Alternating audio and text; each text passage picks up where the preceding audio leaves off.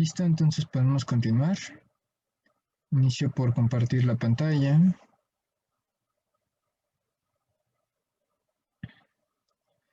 Y entonces ya corregí mi ejercicio. Ya hay días en los cuales de plano parece que no doy una. Me equivoqué. Todo lo que está tachado en rojo es en donde me equivoqué. Bueno, las palomitas no. Eso sí estaba bien. Aquí no sé por qué lo volví a integrar. Y por eso aquí me pareció un 9 y fui arrastrando ese error por todos lados. Ya se lo retiré. Y también aquí me equivoqué, hice una suma de estos dos, los sumé, en lugar de restarlos porque es negativo. Entonces no daba 21, da 9, que es la resta. O sea, del 3 ya evaluado y todo. O sea, bueno, perdón, no evaluado. Hecho en medios, o sea, 3 3 por 2 son 6 medios. Para poderlo operar con 15 medios. Entonces 15 menos 6 son 9. Y aquí está 9 y yo lo sumé, me daba 21 y no. 9 y quitarle el cociente de acá abajo que no le correspondía y ya haciendo esas dos correcciones ya me da 56 entre 165 y esto aproximadamente igual a 0.3394 y ya es el resultado correcto que el maestro Valentín ya me había pasado, ya me había reportado y yo nada más ahorita pues, lo repetí y ya con la confianza que hay, cualquier cosa ahí tengo como verificarlo. Me gusta mucho eso de poder verificar las cosas. Por eso soy fan de los ejercicios resueltos, justamente por eso. Porque uno puede hacer el ejercicio y ver qué pasó, de ahí en fuera que muchos libros tienen la manía de atascar ahí hojas y hojas de ejercicio tal, ejercicio tal, ejercicio tal. Pero si no les ponen los resultados, pues quién sabe qué obtuve, ¿no? Entonces, pues no sirve de nada el ejercicio. Tienen que tener todos los ejercicios en respuesta, o sea, resueltos, para saber si me acerqué o no me acerqué al resultado. Entonces, ahora sí, vamos a entrar al subtema 4.6. Vamos a darnos espacio aquí.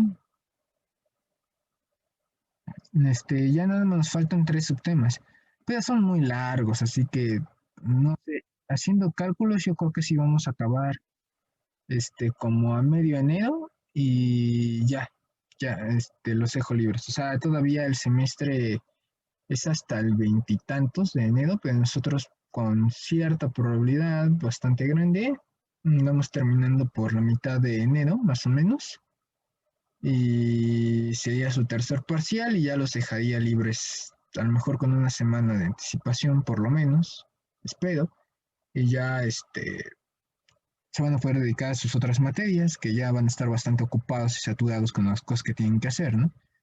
Bueno, subtema 4.6, integral de superficie, aplicaciones, cálculo de área de superficies alabeadas en coordenadas cartesianas y cuando están dadas en forma vectorial. Y yo todo esto, ¿qué es una superficie alabeada? ¿Quién sabe, no? Bueno, una superficie alabeada son aquellas generadas por una línea curva que se mueve en el espacio según una ley determinada y que actúa como generatriz de la misma. Generadas por una curva que se mueve en el espacio y que actúa como generatriz de la misma. Entonces, vamos a estudiar seguramente las curvas que son de tipo o superficies, de hecho, que van a ser como las cónicas o algo por el estilo. O sea, siempre que tengamos una generatriz y una directriz, se puede trabajar así. Sería una superficie alabeada. Entonces vamos a trabajar en esto. Sea una función f de x, y, z definida sobre la región que contiene una superficie S, sobre la cual se construye una partición de n subsuperficies no superpuestas. Delta SI, perdón, delta S1, delta S2 hasta delta SN. Entonces son pedacitos de la superficie que está definida sobre una región R. Entonces estamos hablando del espacio, y esto significa, sí, pues sí, literalmente es el espacio X, Y, Z. Y dentro de una región de estudio, vamos a pensar un pedazo aquí, R. Aquí está una superficie, es que tiene que ser una superficie a la vez. Ah, no, pero en este caso no. No, es una superficie nada más. Entonces puede tener forma de ahí una manta o algo por el estilo. Y estamos partiéndola en un montón de pedacitos, en estos pedacitos así. Ahí están mis delta SN pedazos de la superficie. Son subsuperficies no superpuestas entre sí. Entonces, como si su superficie fuera la cuadrícula de su cuaderno, pues van a tomar en cuenta cada uno de esos cuadritos que no se superponen entre sí y conforman a la superficie. Y cada una tiene un área delta SI. O sea, cada una de estas cosas tiene un área delta, ay, perdón, era delta. Delta S, bueno, S de sigma y delta SI. Y sea un punto arbitrario XY, Y, ZI de la superficie, de la subsuperficie delta SI, o sea un punto de este pedazo para justamente poderlo localizar, lo vamos a asociar a él. Es un pedazo, esta es una subsuperficie, esta es una subsuperficie delta S mayúscula I con un área de delta sigma I y un punto asociado X y, perdón, Y y, Z I. O sea, tiene asociado esta subsuperficie, su área y su punto. Y sí, ya nos huele a que va a ser esto, ¿no? A que va a ser la sumatoria de todos estos trocitos, considerando a X, Y, Z, I como la altura, ¿no? Entonces, de la subsuperficie delta SI para formar la sumatoria desde igual a 1 hasta n, hasta el número n del pedazo de subsuperficie, de f, x, y, z, i por delta SI. ¿Qué es f de x, y, z, i? Es el valor de la z, de la cota, que va desde la parte plana de la superficie, bueno, no, perdón, la parte plana de mi sistema de referencia hasta donde está la superficie. Entonces, ¿esto qué va a ser? Es una altura, o sea, porque viene del plano hasta la subsuperficie. Entonces, esto va a ser una altura y luego al multiplicarla por el delta SI es un área. Área por la altura que me da el volumen de la subsuperficie. Entonces, lo que vamos a hacer son los cálculos de los pequeños volúmenes debajo de la subsuperficie. Esto porque ya vamos a entrar en integrales triples. Yo sé que ustedes dirían, pero esto que no lo acabamos de ver en las integrales dobles y con el mismo f de x, y, z, i. Sí, pero es que ahorita vamos a hacer unas modificaciones que ya nos van a implicar que son el mismo tema. O sea, ya no es. Sí, el límite existe cuando el delta SI, la norma de la partición, o sea, del delta SI, de estas superficies, tiende a cero. O sea que es una partición la norma, que es el más grande, es tan pequeño que tiende a cero y por lo tanto todos los demás, que son más chicos que él, también. Entonces se obtiene la integral de la superficie de f de x, y, z sobre S. Entonces esto es lo que se le va a llamar integral de superficie. Es la integral doble de la superficie de FR diferencial de sigma, que es la integral doble de superficie de fx y z, o sea, la altura, por la diferencial de sigma, que es el área, y esto es igual a el límite cuando la norma tiende a cero, las particiones tienden a infinito, o sea, tenemos una infinidad de particiones, un montón de trocitos, de la sumatoria de c igual a 1 hasta esa infinidad de trocitos, de fxy y zi por delta sigma i. Entonces, Ok, creo que me pasa un poquito. Por otra parte, sea S una superficie suave con ecuación vectorial. Entonces aquí tenemos a la ecuación vectorial R, función de U y B, y recuerden que cada una de sus componentes X y Z van a ser funciones de U y B. Entonces vamos a incluir cambio de coordenadas. Sí, vamos a incluir ahora cambio de coordenadas. Esa es la diferencia con respecto a lo que se tenía antes. Antes nada más era puro X y Z y aquí ya vamos a hacer un cambio de coordenadas.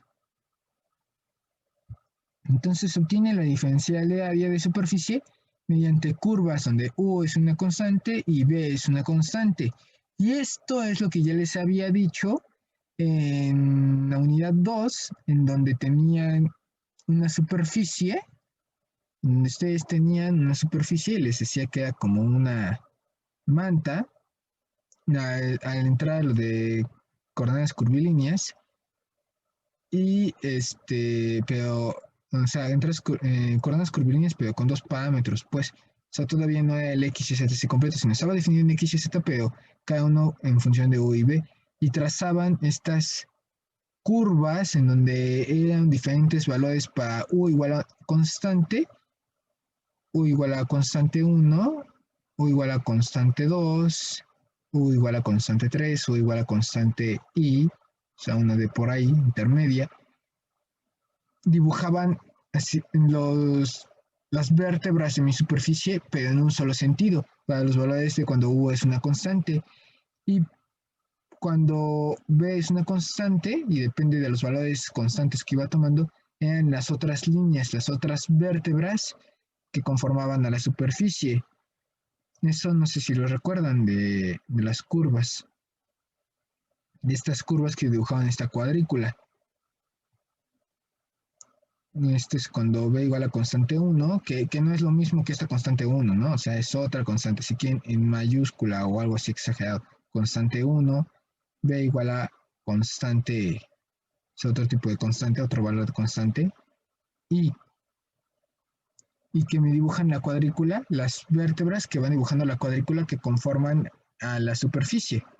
Entonces estamos hablando de estas nuevas U y B. Bueno, no son nuevas, son las viejas U y B, que era cuando estamos utilizando dos parámetros y no el V y W completitos. Se obtiene la diferencial de área de superficie mediante curvas U igual a constante, B igual a constante, sí, muy cercanas entre sí, para que S se divida en múltiples cuadriláteros, que es lo que les acabo de poner. Debido a que están muy cerca entre sí las curvas U y B, o sea, las variaciones son muy chiquitas entre ellas, y el cuadrilátero se aproxima a una superficie plana en forma de paralelogramo, o sea, son, son cuadrados o paralelogramos estos, y tan pequeños, tan pequeños, tan pequeños, que es como si estuvieran pixeleando su superficie. Eh, entonces, el paralelogramo se forma con estos lados. La derivada parcial de R con respecto de U por diferencial de U y la derivada parcial de R con respecto de B por diferencial de B. Esos son los lados de mi paralelogramo y esos recuerden que provienen aquí de las derivadas parciales de U y B. Esta es la expresión que tenían aquí con X y Z, pero que ahora son función de U y B cada una de estas. Y esto recuerden, este R que es el vector de posición de los puntos. Si por aquí está mi origen de mi sistema coordenado, si aquí está el origen, el R es el vector de posición que apunta a los puntos que conforman a mi superficie. Recuerden que es un vector de posición que señala a cada uno de los puntos que conforman a mi superficie. Tal que el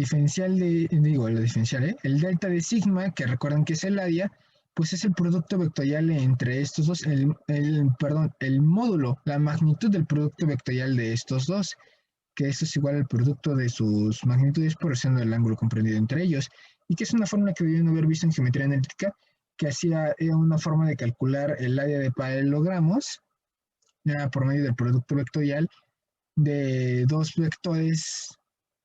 Si ustedes tienen un paralelogramo así, no, ay, perdón, así podían calcular el área de ese paralelogramo utilizando cada uno de sus lados como si fueran vectores.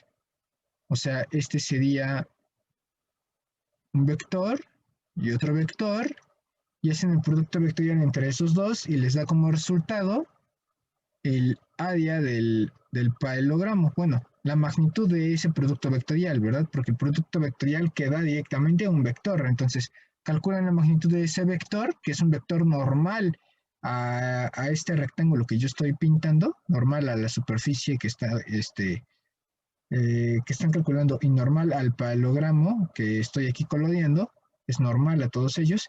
La magnitud de ese vector normal, que nace del producto vectorial de los dos vectores azules, es igual al área de la superficie, utilizando como lados a estos dos vectores. Y ya quedó. Y luego por diferencial de U y por diferencial de B, pues sí, es porque si no, no formarían los lados del rectángulo. Entonces, ahí se tienen que incluir dentro de. Y esto es igual a la magnitud del vector normal, como ya se los había señalado, es el vector normal a S de S. O sea, lo que ustedes están haciendo es que uno de estos pedazos, que es un delta SI cualquiera, están aproximándolo, es tan pequeño, tan pequeño, tan pequeño, es tan pequeño que le estamos haciendo un zoom enorme, y sus lados son iguales a ¿qué? Es a la derivada parcial de R con respecto de U por diferencial de U. ¿Para qué? ¿Para qué? Para que al final me quede un diferencial de R en el último momento. Y del otro lado tenemos a la derivada parcial de R con respecto de B por dB. Y es que está expresado de esta forma porque así me queda un pedacito de R, nada más que va en otra dirección, que sería esta de aquí. Aquí sí lo pinté sobre el paralelogramo y acá no, pero no importa, es lo de menos. O sea, pues están paralelos, pero tienen la magnitud o el tamaño del lado. Hacen el producto vectorial entre estos dos y les va a dar este vector naranja, que es el vector normal al paralelogramo dibujado por estos dos. Es un vector normal a este paralelogramo y cuyo módulo es igual al área de este paralelogramo. Eso es lo que están haciendo. Y para cada uno de ellos, esto es para calcular, o sea, el módulo de esta cosa es para calcular el tamaño del delta sigma, que es el área de esta superficie. Es el área de esta subsuperficie. Es esto, lo de naranja, es el área de esta subsuperficie. Y para uno en particular, X es función de U y, o sea, XY. Recuerden que todas estas subsuperficies están asociadas a un XY y Y. Entonces, XY es función, bueno, está expresada como X función de UI y BI, así están los valores asociados a este. Y está asociado a los valores de UI y BI, y ZI está asociado a ciertos valores de UI y BI. Ok. Y aquí ya tenía en las notas de comentarios el dibujo correspondiente, que es lo mismo que les acabo de poner. La superficie dividida en esas subsuperficies, asociado a un punto A, U0, B0, y las dos derivadas parciales que dan los lados de la subsuperficie. Y ya. Y bueno, la superficie es.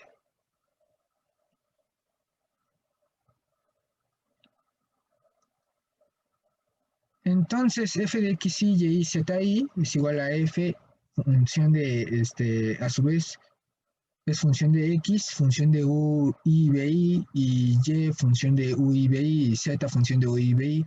Se sustituye en la expresión anterior y me queda un confeti horrible, pero van a ver que queda bien.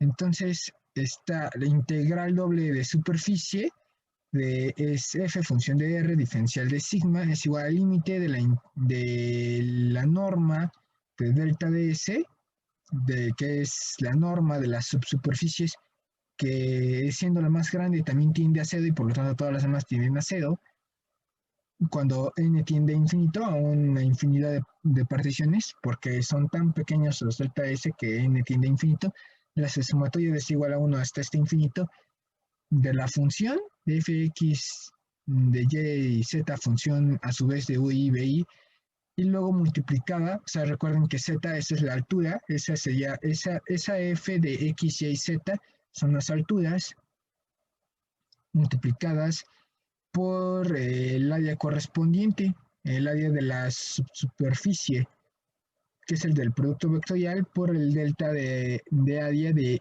y función de u y b. O bueno, están coordenadas de hecho de u y b, es lo que les quiere decir, que es el delta de área, pero en términos de u y b. Sí, la norma tiende a cero, entonces, o bueno, la norma tiende a cero, pues ya lo está generalizando en su notación.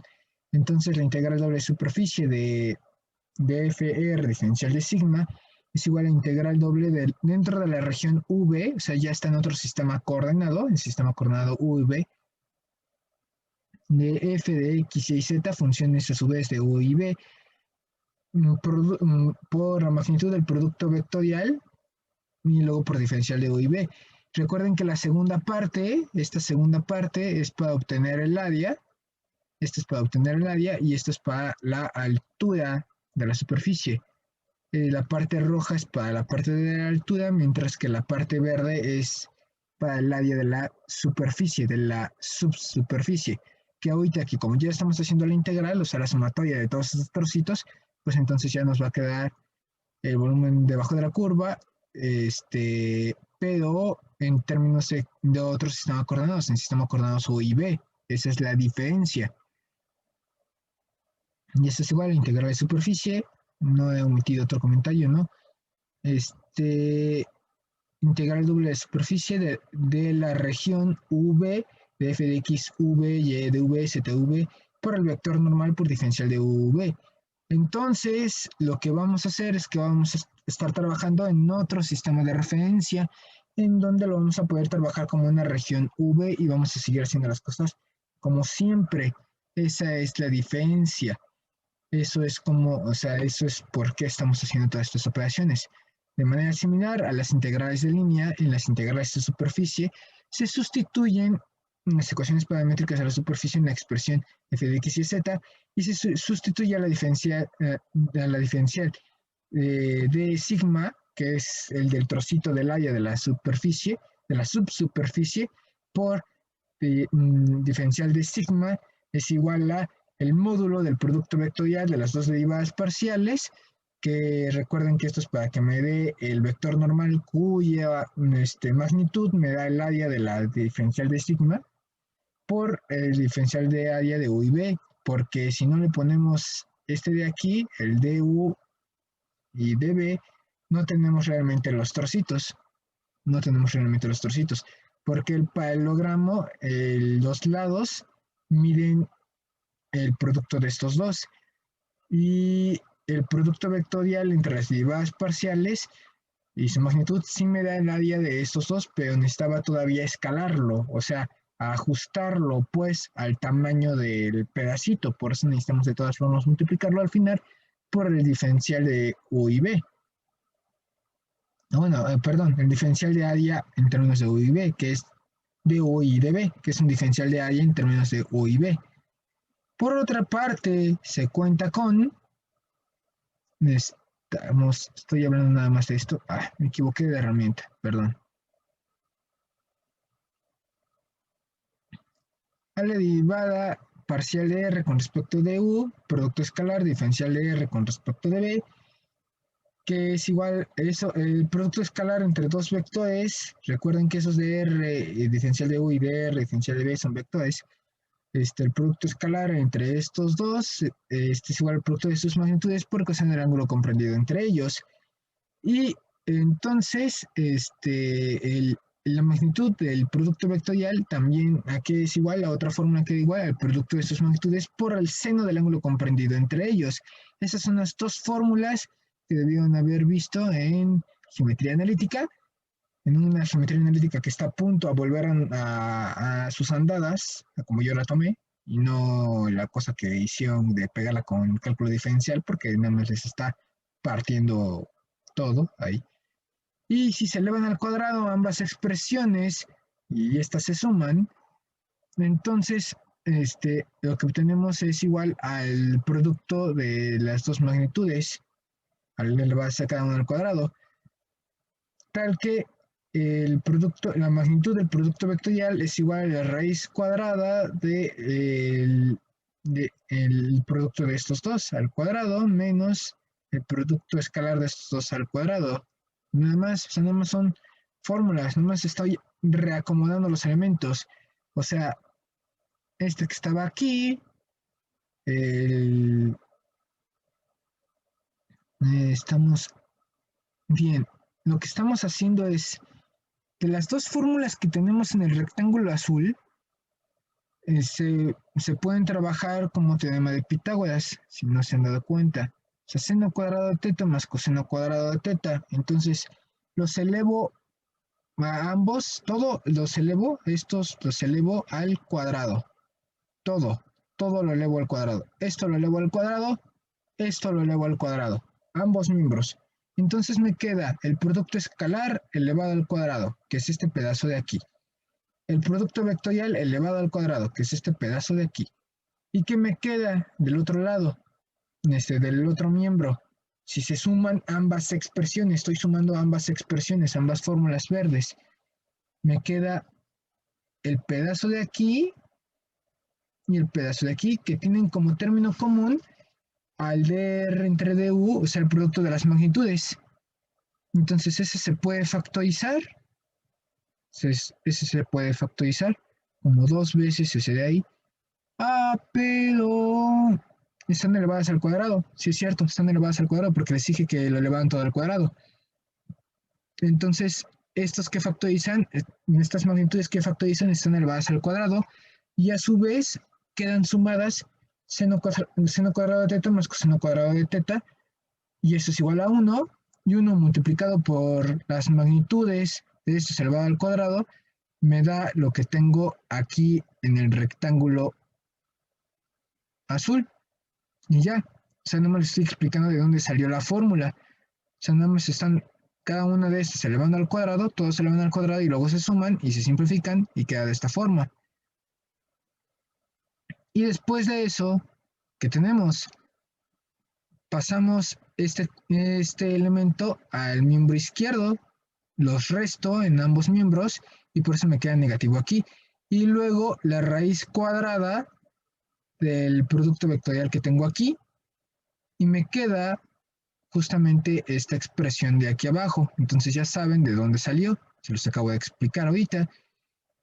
La magnitud del producto vectorial se puede sustituir o aquí es igual a la raíz cuadrada del producto de las magnitudes de cada una de estas derivadas parciales elevado al cuadrado menos el producto escalar elevado. No sé por qué se cortó. Esperen.